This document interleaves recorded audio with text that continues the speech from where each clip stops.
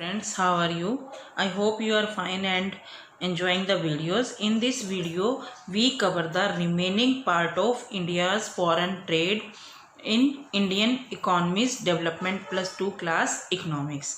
But पिछली video में हम लोगों ने कवर किया था कि इंडिया के फॉरेन ट्रेड की कैसी सिचुएशन थी on the eve of independence or before the independence. In this video we cover India's foreign trade after independence. क्योंकि आप लोगों को ये तो पता है कि इंडिया की आज़ादी से पहले हमारी सोने की चिड़िया कहलाता था, और जब ब्रिटिश या कॉलोनियल रूल आ गया तो उसने हमें बहुत ज़्यादा एक्सप्लॉयटेशन किया, और उसके बाद 1950 से लगा के 1991 के तक हमारी क्या पोजीशन रही और एट प्रेजेंट हमारी क्या है। तो सबसे पहले under planned programme of development India, यानी कि जो हमारी प्लानिंग बनती हैं, 5 ईयर प्लान बनते हैं, शॉर्ट प्लान बनते हैं, foreign trade recorded noticeable changes हो गए। तो वो नोटिसेबल चेंजेस क्या थे, वो हम 3 चीज़ों के थ्रू पढ़ेंगे: volume of trade, composition and direction of trade. Foreign trade उस समय क्या था, तो अब हम इनको 1 बाय 1 करेंगे।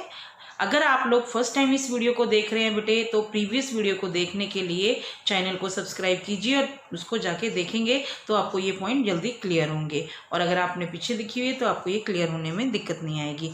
तो volume and value of foreign trade. Volume refer to the size of import and export by a nation.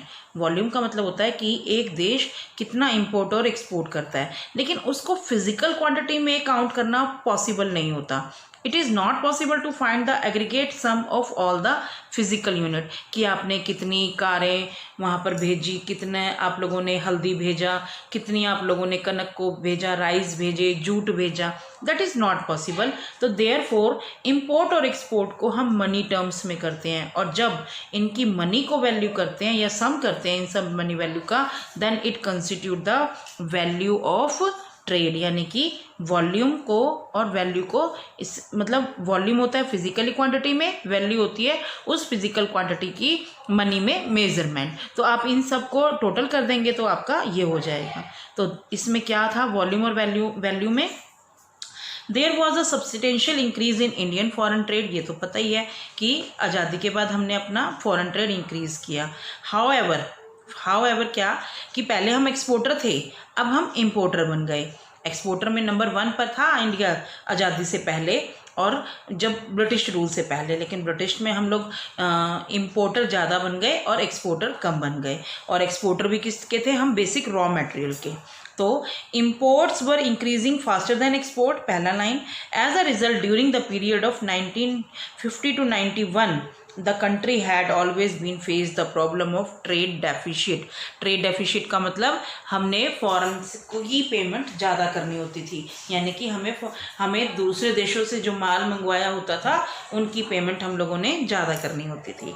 फिर India share in the global trade has tended to decline, यानी कि पहले ये 1.8 था और 1950-51 में ये हो गया सिर्फ 0.5 इन 1991 में ग्लोबल ट्रेड में, यानी हमारी पार्टिसिपेशन लेस थी। After the introduction of economic reform 1991, LPG policy, liberalisation, privatisation and globalisation, since 1991 में इसको इंट्रोड्यूस किया। India share in the trade has improved in 2013 में ज़्यादा हुआ। शेयर ऑफ एक्सपोर्ट ट्रेड 1.7 था और इम्पोर्ट ट्रेड 2.5। स्टार्टिंग से देखेंगे तो आपका 2017 में हम एक्सपोर्ट कम कर रहे थे 1.7 और 2.5, अब 17-18 में एक्सपोर्ट ट्रेड हो गया 2.1, यानी कि 1.7 से 2.1, और इम्पोर्ट हुआ सिर्फ 2.5 से 2.6, यानी कि अब हमारा इसमें कम हुआ, तो हमने इंपोर्ट को इंक्रीज कर दिया। ठीक है बच्चों, come to the composition of trade. तो पहले कंपोजिशन ऑफ ट्रेड होता क्या है, composition of trade refer to the type of good, यानी कि किस तरह के goods that are exported and imported by the country. But during 1950 से लेके 91 तक अब हमारा मैन्युफैक्चर्ड शेयर एक्सपोर्ट इंक्रीज हो गया था। सबसे पहले हमारा मैन्युफैक्चर्ड हो गया था इंक्रीज, और decline in percentage share of agriculture export. इसका रीज़न क्या था? इसके दो रीज़न थे। इंडिया ने जो फॉर्म मटेरियल था, यानी कि जो फॉर्म प्रोडक्ट थे, उसका अपने ही कंट्री में farm product as raw material for its domestic industries, अपने ही इंडस्ट्री के लिए यूज़ करना शुरू कर दिया था। इससे हमारा एक्सपोर्ट था वो डिक्लाइन हो गया, क्योंकि हम एग्रीकल्चर सेक्टर में ही थे। फिर हमारे देश की पॉपुलेशन भी इंक्रीज़ हुई। पॉपुलेशन इंक्रीज़ हुई यानी कि जब पॉपुलेशन इंक्रीज़ होगी तो वो फूड ग्रेन्स की भी या बेसिक चीज़ों की भी डिमांड करेगी, फूड ग्रेन की करेगी। तो फिर जो ये हमारे फार्म प्रोडक्ट थे ना, farm product are used by people for their consumption। यानी कि दो चीज़ों की वजह से हमारा एक्सपोर्ट रॉ मटेरियल का कम हो गया। पहला तो कि उनको रॉ मटेरियल को हम डोमेस्टिक इंडस्ट्रीज़ में यूज़ करने लगे। दूसरा, पॉपुलेशन इंक्रीज़ होने के साथ पॉपुलेशन की कंजम्पशन के लिए भी food grain agriculture farm product की ज़रूरत पड़ी। उसके बाद decline in percentage share of conventional items. Conventional item कौन कौन सी थी हमारी? जूट, टी, फूड ग्रेन, मिलरन्स, इन सब की भी डिक्लाइन हो गई थी, हमारी कन्वेंशनल आइटम्स की भी। इसका रीज़न यही था कि हम लोगों ने अब कन्वेंशनल आइटम्स को कंज्यूम करना शुरू कर दिया था। Conventional item of India export include ये था बल्क क्वांटिटी में, बट प्लान डेवलप प्रोग्राम की वजह से अब हमारी डोमेस्टिक आइटम्स की ही यहाँ पे अपने घर में ही ज़रूरत पड़ने लगी थी, कि लोग यहाँ पर ही डिमांड करने लगे थे। तो अब हमारी टोटल एक्सपोर्ट में इसको भी डिक्लाइन हो गया था। फिर increase in percentage share of manufacture good. Percentage share of manufacture good in total trade has tended to rise. ठीक है, अब हमारी यहाँ पर मैन्युफैक्चर की वहाँ पे डिमांड करने लगी। Presently gems and precious metal, machinery and vehicles are notable export of India. With this change in composition of India's foreign trade suggests that India is no longer static and backward economy. Static का मतलब होता है जहाँ पर कोई change नहीं हो रहा था, लेकिन अब इस कंपोजिशन की वजह से इंडिया अब स्टैटिक भी नहीं रहा और बैकवर्ड इकॉनमी नहीं रहा। बैकवर्ड इकॉनमी वही होती है जिसको न्यू टेक्नोलॉजी का नहीं मालूम होता और जो दूसरी इकॉनमी पर डिपेंड होती है। लेकिन अब इंडिया ना तो स्टैटिक रहा ना बैकवर्ड इकॉनमी, अब उसने मैन्युफैक्चर्ड प्रोडक्ट की एक्सपोर्ट में इंक्रीज कर दिया। तो it shows significant sign of structural transformation. Structural transformation means कि पहले हम लोग बाहर से कैपिटल गुड को इम्पोर्ट करते थे, अब हम लोग एक्सपोर्ट भी करना शुरू कर दिए। From the predominance of primary sector, अब हम प्राइमरी सेक्टर की बजाय सेकेंडरी और टेरिटरी सेक्टर में स्ट्रक्चरल ट्रांसफॉर्मेशन हो चुकी थी, यानी कि इनकी इंपॉर्टेंस इंक्रीज हो चुकी थी। I hope you understand. Now we move to the direction of foreign trade.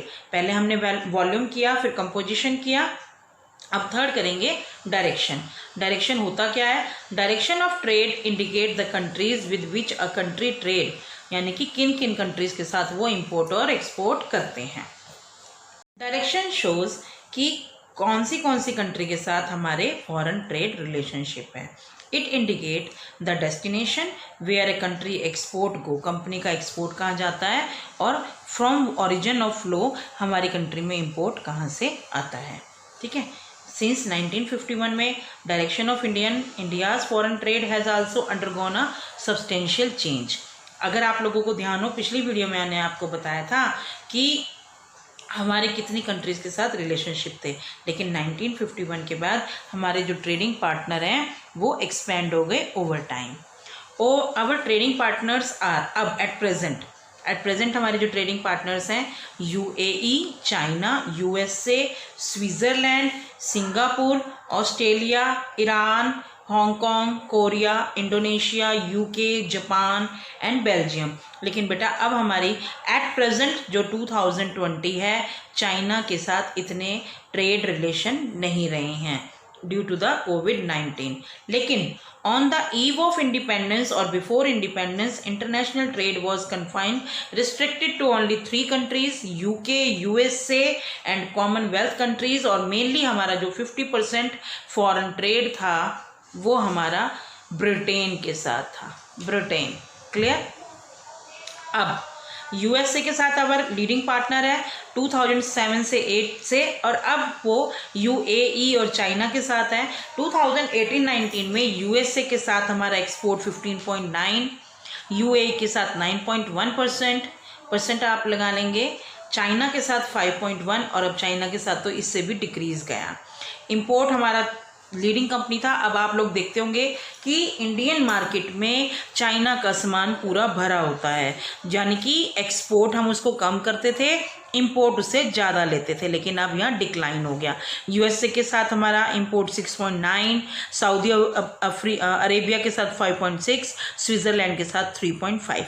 Due to globalisation and free trade, Chinese goods have dominated the Indian market but not now at present. Our honourable prime minister ने इनको restricted कर दिया है, और Chinese app भी हमारी phone में से चली गई हैं। तो इसका रीज़न यही है कि अब उनके जो हमारे ट्रेड रिलेशनशिप है इतने अच्छे नहीं रहे हैं। I hope you understand this topic. 1990 we were relying on a different trade strategy. 1990 तक हम डिफरेंट ट्रेड स्ट्रैटेजी से रिलाई होते थे। इससे पहले relying on inward looking, inward 91 में हमारी चेंज हुई है, relying on inward looking trade strategy which failed to yield the desired result, जिसको हमें पूरे डिज़ायर जो जिस लिए ये बनाई थी उसके पूरे रिजल्ट नहीं हुए। तो लेकिन 1991 में हम शिफ्ट हो गए स्ट्रैटेजी एक्सपोर्ट प्रमोशन पर, जो कि हमारे इंपोर्ट और एक्सपोर्ट को राइज करने में हुई।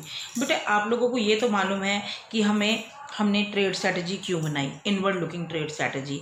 उसके पीछे भी एक ये लंबी कहानी थी कि जब हमें आज़ादी मिली थी तब उस समय हमारे पास हम बिल्कुल ही ज़ीरो पॉइंट पे खड़े थे, क्योंकि ब्रिटेन कंट्री ने हमारा एक्सप्लॉयटेशन किया था। ना ही हमें कोई मॉडर्न टेक्नोलॉजी पता थी, ना ही हमें डेवलपमेंट के तरीके पता थे, और ना ही हम लोगों को इन्वेस्टमेंट पता थी, प्रोडक्शन प्रोसेस पता था।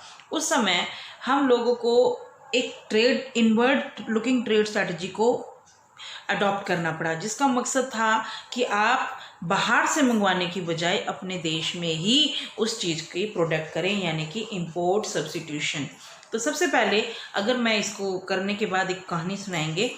इन फर्स्ट 7 ईयर प्लान हमारी जो देश की तरफ की थी, यानी कि हमने कैसे डेवलपमेंट शुरू करनी थी वो उसकी हमने प्लानिंग की। तो जिसके थ्रू हमारी फर्स्ट जो प्लानिंग कमीशन बनाए गए थे, कहाँ पे मॉडल बनाया गया था प्लानिंग का, महबेलोनीज का मॉडल बनाया गया था, जिन्होंने हमारे देश की अर्थव्यवस्था को क्या क्या काम करना है। तो सबसे पहले हमारी प्लानिंग में आप लोगों को ध्यान होगा कि हम लोगों को इक्विटी और ये सारा समानता का चीज़ चाहिए था। उन्हीं पहले 7 प्लानों में foreign trade was characterised what is commonly called inward looking trade strategy, और टेक्निकली इसका नाम है इंपोर्ट सब्स्टिट्यूशन, और जिसका मेन एम था रिप्लेसिंग और substitute import with domestic production.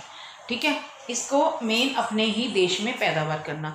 Reason ये था कि हमारे पास बाहर से जो भी हम इंपोर्ट करते थे महंगा पड़ता था, सेकेंडली वो हमसे हाई चार्ज करते थे, क्योंकि ब्रिटेन ने हमें कोई टेक्नोलॉजी से अवगत नहीं कराया था और उन्होंने अपनी वहाँ पर टेक्सटाइल इंडस्ट्रीज़ को डेवलप करना था। इसीलिए उन्होंने हमें एज अ रॉ मटेरियल का एक्सपोर्टर बना दिया था और फाइनल मार्केट अपनी इंडिया को चूज़ किया ताकि उसको वहाँ से पैसे मिल सकें।